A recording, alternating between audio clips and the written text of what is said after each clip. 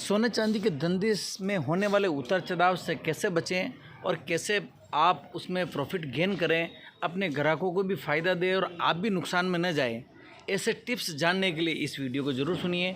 मैरम news, Mukesh Parashar, Fatehnagar. आप सभी को दीपावली की दीपमाला ज्वेलर्स की ओर से हार्दिक शुभकामना। आज हमारे साथ है राजू मंडोरा, जो कि सोने और चांदी के भाव को लेकर के एक्सपर्ट हैं और इन्होंने अब तक जितना भी आरएम न्यूज़ को बताया वो सही उतरा है। सोने और चांदी के भाव ने नई ऊंचाइयां छुई हैं। 1 लाख ऊपर 49 की चांदी गई है, 82,000 से ऊपर सोना गया है। राजू भाई, पहले तो दीपावली की शुभकामना दीजिए और फिर बात करिए। आपके सभी दर्शकों को मैं दीपावली की हार्दिक शुभकामना देता हूँ और आप सभी आपको भी और सबके दर्शकों को। तो ये जो अभी जो दीपावली के दिन भाव कम हुए हैं, इसके बारे में आप क्या कहना चाहेंगे सोने और चांदी के? तो एक रूटीन करेक्शन है जो हमेशा आता है मार्केट में, और आगे भी शायद एक करेक्शन है, ड्यू है, करेक्शन आ सकता है यहाँ से 2-3। ये जो आप जो ये शब्द यूज कर रहे हो करेक्शन, ये क्या होता है? क्या करेक्शन? क्या नीचे रूटीन करेक्शन है जो उसको मुनाफा वसूली बोलते हैं, ये आना चाहिए, क्योंकि एक तरफा मार्केट कभी चलता नहीं है। तो फिजिक्स का भी नियम है कि जो चीज़ ऊपर जाती है उसके बाद थोड़ी नीचे आती है। वैसे अगर राजू भाई देखा जाए, अगर सोने चांदी में उठक पुठक नहीं होगी, कमी पेशी नहीं होगी, घटेगी बढ़ेगी नहीं, तो लोगों का इंटरेस्ट इस पर खत्म हो जाएगा, क्योंकि सोने और चांदी को कीमती धातु कहा गया है। आपकी क्या राय है? सोना तो वर्षों से कीमती रहा है, चांदी वर्षों से कीमती रही है, उसमें कोई दो मत है नहीं है। पर आग मतलब हमेशा कोई भी चीज़ चढ़ती है तो उसके लिए लोग वापस कोशिश भी रहते हैं कि मैं जो भाव ले रहा हूँ वो मेरे मतलब नुकसान ना हो जाए, तो उसके लिए मुनाफा वसूली आती है। राजू भाई, मार्केट को देखा जाए तो जिन्होंने भी सोना और चांदी बेचा है वो हमेशा नुकसान में रहे हैं। ये जो रिटेल के व्यापारी, ये होलसेल के व्यापारी, इस नुकसान से कैसे बचें, इस संबंध में बात करिए, क्योंकि इन्होंने जब भी बेचा है तब नुकसान हाथ लगा है। सोना चांदी का कोई भी समय नहीं होता खरीदने का। जब भी आपके पास हाथ में, मैं पहले भी बोला कि जब भी आपके पास पैसा हो आप हमेशा सोना खरीदिए।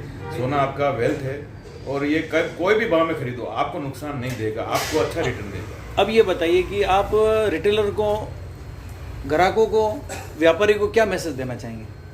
मैं व्यापारी को एक ही मैसेज देना चाहता हूँ कि आप भाव चढ़े उतरे उससे घबराए नहीं। खाली अपने वही ध्यान रखना है कि भाव प्लस ही रहने वाले हैं, माइनस नहीं रहेंगे, हमेशा तेजी रहेगी मार्केट में। पर करेक्शन आएगा, करेक्शन आता है मार्केट में, नीचे आता है, उससे घबराने की जरूरत नहीं है, और चढ़ता है तो भी घबराने की जरूरत नहीं है, और लॉन्ग टर्म। अभी राजू भाई, सोने और चांदी में एक चीज़ देखने को मिली है कि जब कोई व्यक्ति ऑर्डर लेता है, तो जैसे मान लो उसने 72,000 के भाव में सोने का ऑर्डर लिया, देते वक्त 82,000 का भाव है, तो इस वेरिएशन को कैसे व्यापारी सहन करें? इसके लिए क्या करें कि वो इस होने वाले नुकसान से बच जाएं? इसके लिए तो एक ही है कि अपन एक छोटा सा एक M6 पे अकाउंट खोला है, जिसमें आपका जैसे ऑर्डर आए वहाँ M6 पे जाके आप ऑर्डर बुक कर सकते हैं। वहाँ पर थोड़ा मार्जिन रखना पड़े।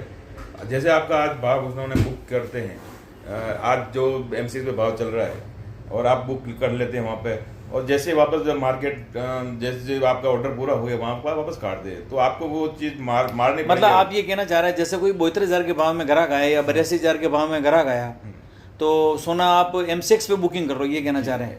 M6 सट्टा में दो चीज़ें इसमें। एक सट्टा होता है जो लोग सट्टे डब्बा में खेलते हैं, डब्बा अलग चीज़ है, एक व्यापार अलग चीज़ है। ये समझाइए आप थोड़ा सा। तो M6 में अपन अगर ऑर्डर लेते हैं, जैसे 100 ग्राम का ऑर्डर आया आपके, तो आप M6 पे वो खरीद लीजिए।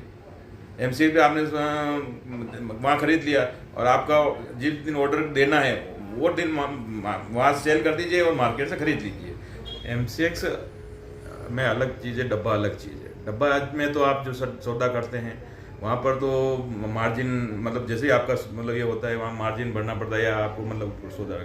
और आप जो ऑर्डर लेते हैं, जैसे आपने ऑर्डर ले लिया तो अब वो आपके पास मतलब आपका ऑर्डर है, तो ऑर्डर के सामने आप हेजिंग कर रहे हैं M6 में, तो M6 में आप उसमें आपको नुकसान नहीं होता। जिस दिन आप जैसे M6 पे लिया तो वापस काटना है, जिस दिन ऑर्डर पूरा करना है, तो उसको मैं आपको कोई प्लस माइनस मार्केट से करना, उस दिन वो वापस M6 पे काट लो, आप काट जाएगा, तो आपको वो भाव का नुकसान नहीं होगा। ये सट्टा नहीं, सट्टा खेलना अलग चीज है और M6 पे लेना देना अलग चीज है। उसमें ना आपको नुकसान नहीं होता। देखिए, इस तरीके की बहुत वैल्यूबल चीज़ें जो छोटी छोटी व्यापार की बारीक चीज़ें होती हैं, ये आपके व्यापार को बढ़ाएगी। आप हमारे साथ बने रहिए। मेरम न्यूज, मुकेश पारासर, फतेहनगर।